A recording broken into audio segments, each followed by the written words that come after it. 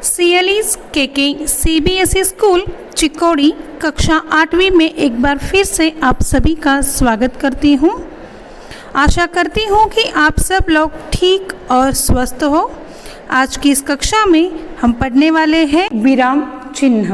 विराम का अर्थ होता है बच्चों रुकना या ठहरना, और चिन्ह का अर्थ होता है सिंबल या तो मार्क, निशान जिसे बोलते हैं। जब हम बोलते हैं तो अपने विचारों तथा भावों को प्रकट करते समय हम अपनी आवाज़ में उतार चढ़ाव लाते हैं, बीच बीच में रुकते हैं ताकि सुनने वाले को हमारी बात समझ आ सके।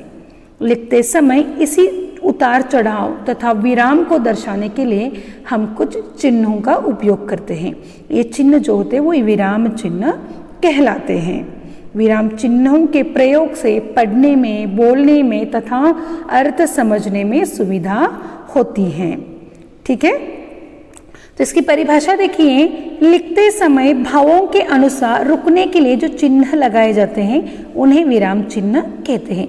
यानी कि लिखित भाषा में भावों को स्पष्ट करने तथा रुकने की प्रक्रिया को स्पष्ट करने के लिए जिन चिन्हों का हम उपयोग करते हैं उन्हें विराम चिन्ह कहते हैं।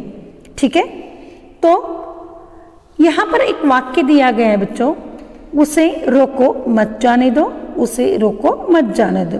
दोनों वाक्य आपको दिखने में सेम दिख रहे हैं बच्चों, लेकिन यहाँ पर जो विराम चिन्ह लगाए हैं वो अलग अलग जगह पर हैं। इस वजह से जो दिखने में सेम दिखने वाले जो वाक्य हैं उसकी वजह से क्या होता है, यहाँ पर जो उतार चढ़ाव है इससे अर्थ बदल जाता है। विराम चिन्ह अलग जगह देने से यहाँ पर क्या हो गया, अर्थ बदल गया। देखो पहला वाक्य, उसे रोको मत जाने दो, उसे रोको मत जाने दो। रोको के बाद यहाँ पर अल्प विराम आया है। और दूसरा देखो वाक्य में, उसे रोको मत जाने दो, यानी कि पहले वाक्य से हमें संकेत मिलता है कि हमें रोकना है, जाने नहीं देना है। और दूसरे वाक्य से हमें संकेत मिलता है कि उसे जाने देना है, रोकना नहीं है।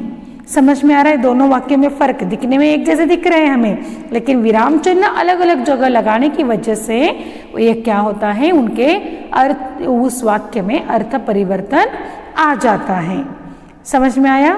तो पहला विराम चिन्ह है पूर्ण विराम, यानी कि जहां वाक्य समाप्त होता है, वाक्य पूर्ण होने के बाद पूर्ण विराम दिया जाता है।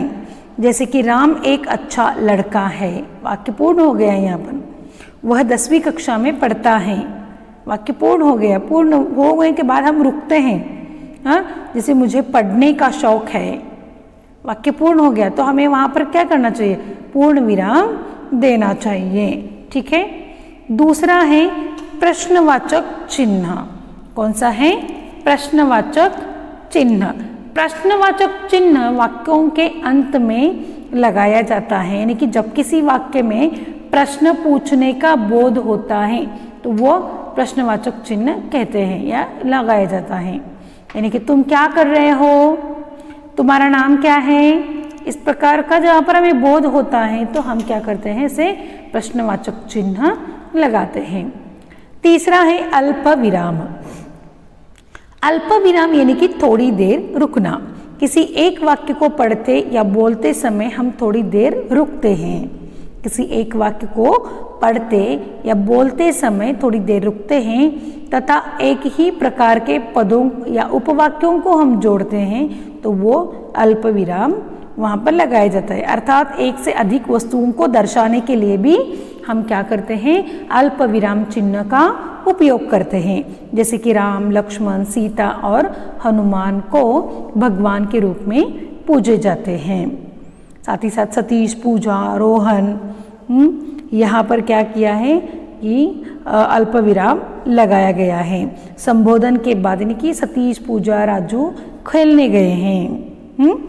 तो इस प्रकार से अल्प विराम थोड़ी देर, जहाँ वाक्य में हम थोड़ी देर रुकते हैं वहाँ अल्प विराम लगाया जाता है। ठीक है,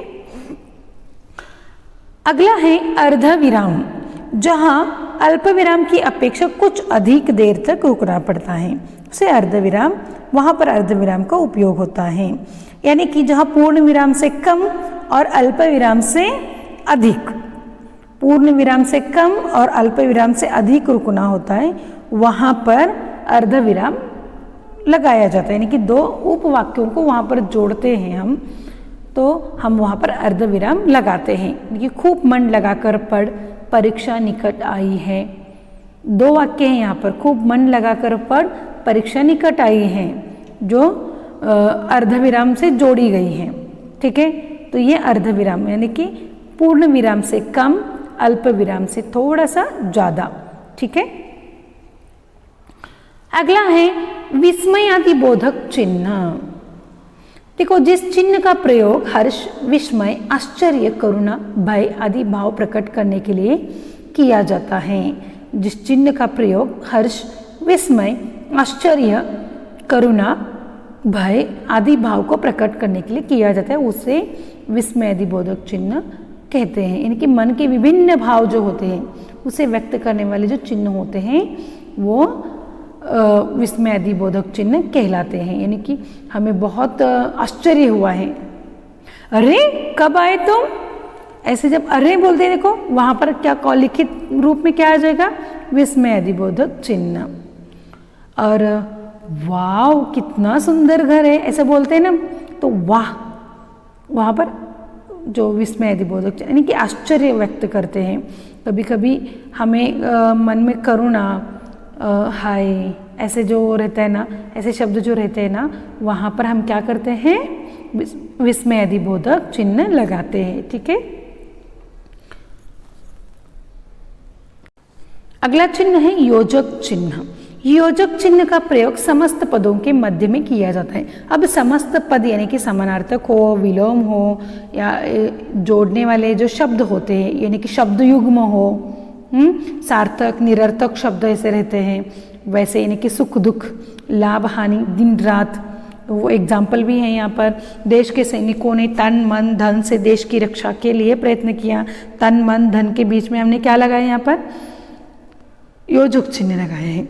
ठीक है, समझ में आया। योजक चिन्ह समानार्थिक शब्द, विपरीतार्थी यानी कि विपरीतार्थी शब्द जो होते हैं यानी कि विलोम शब्द जो होते हैं, वहाँ पर शब्द युग्म की जो जोड़ियाँ होती हैं, हाँ, सार्थक निरर्थक शब्दों की जो जोड़ियाँ होती हैं, वहाँ पर हम योजक चिन्ह का उपयोग करते हैं। ठीक है, अगला है उद्धरण चिन्ह।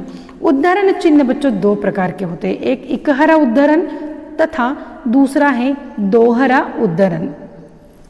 यहाँ पर देखिए, एक इकहरा उद्धरण और दूसरा है दोहरा उद्धरण चिन्ह।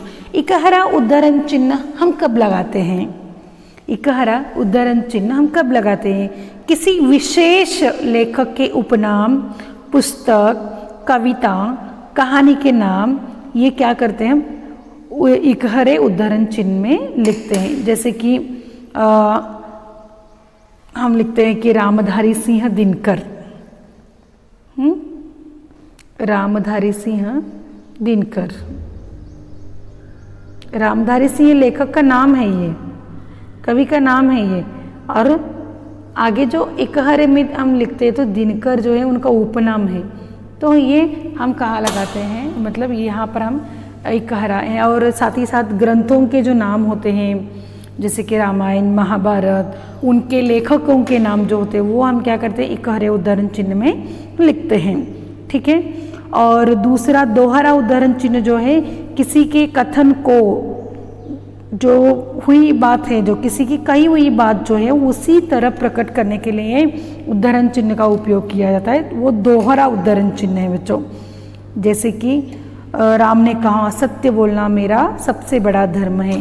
जो राम ने कहा हुआ वाक्य जो है, सत्य बोलना सबसे बड़ा धर्म है, ये दोहरे उद्धरण चिन्ह के अंदर हम डालेंगे। ठीक है, अगला देखिए कोष्टक। कोष्टक चिन्ह का प्रयोग अर्थ को अधिक स्पष्ट करने के लिए अथवा वाक्यांश को कोष्टक के अंदर लिखकर किया जाता है। यानी कि वाक्यांश का अर्थ स्पष्ट करने के लिए हम कोष्टक का उपयोग करते हैं। साथ ही साथ मैथ्स में यानी कि गणित में इसका उपयोग ज़्यादातर किया जाता है। और उसी के साथ साथ नाटक तथा पात्रों के कथन के पूर्व के भाव को भी हम कोष्टक में लिखा जाता है। यानी कि वहाँ पर एक एकांकी चल रही हैं और वहाँ ऊपर क्या दिया जाता है वो कोष्टक में लिखा जाता है। देखिए उसका भाव क्या है, वो एकांकी कहाँ चल रही हैं, है ना, तो वो कोष्टक में दिया जाता है। यहाँ पर एग्जाम्पल के तौर पर मैंने दिया है कि विश्वामित्र कैसे थे, जो क्रोध में कांपते हुए, यानी कि उनको ज़्यादा क्रोध था, वैसे वो इसमें डाला है। यानी कि कोष्टक यानी कि ब्रैकेट वो 3 प्रकार के होते हैं। ठीक है। अगला चिन्ह जो है विवरण चिन्ह। किसी बात का उत्तर विवरण हमें देना होता है तो हम क्या करते हैं, विवरण चिन्ह का उपयोग करते हैं। जैसे वचन के 2 भेद हैं, आम के फायदे निम्न हैं, इस प्रकार आगे जो है वो हम क्या करते हैं, उसको विवरण चिन्ह के रूप में दर्शाते हैं। ठीक है। तो बच्चों इसी के साथ ये जो विराम चिन्ह जो है ये कक्षा यहीं पर समाप्त होती है और आपको इस विराम चिन्ह को आपके व्याकरण बुक में सुंदरता से लिखना है बच्चों। जैसे मैंने नोट्स भेजे हैं उसी तरह आपको आपके नोटबुक में लिखने हैं। ठीक है बच्चों, धन्यवाद।